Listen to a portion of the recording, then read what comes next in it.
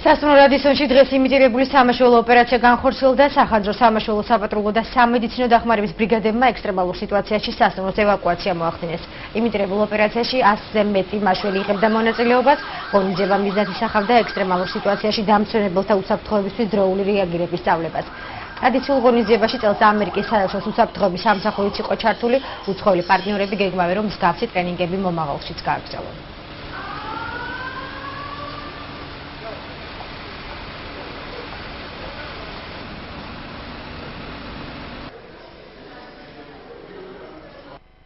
ეს ჩატარდა უსაფრთხოების ტრენინგი, კონკრეტულად ევაკუაციის ტრენინგი, რომელსაც ვატარებთ ყოველწლიურად, იმისათვის რომ დარწმუნებული ვიყოთ, რომ რამდენად მომზადებული არის ჩვენი სტაფი, საკმაოდ ჩართულობა იყო მაშველთა ბრიგადიდან და სახანძრო ბრიგადიდან და შემდგომში მინდა მოგახსენოთ ასევე, რომ სამომავლო თლიანად ბათუმის სხვადასხვა ტიპის სასტუმროების, არამარტო სასტუმროებისთვის ერთობლივი შეხვედრას გეგმავთ უსაფრთხოების სამსახურები ბათუმის სასტუმროებიდან, კერძო სპექტრიდან და ასევე სახელმწიფო სპექტრიდან, რომ შევიმუშაოთ ერთობლივი გეგმა საომავლოდ მსგავსი ტიპის შემთხვევებში და არა მარტო ევაკუაციის და ხანძრის შემთხვევაში, არამედ სხვადასხვა ტიპის შემთხვევებში, რომ მზად ვიყოთ ყველანი კოოპერირებული მუშაობისთვის.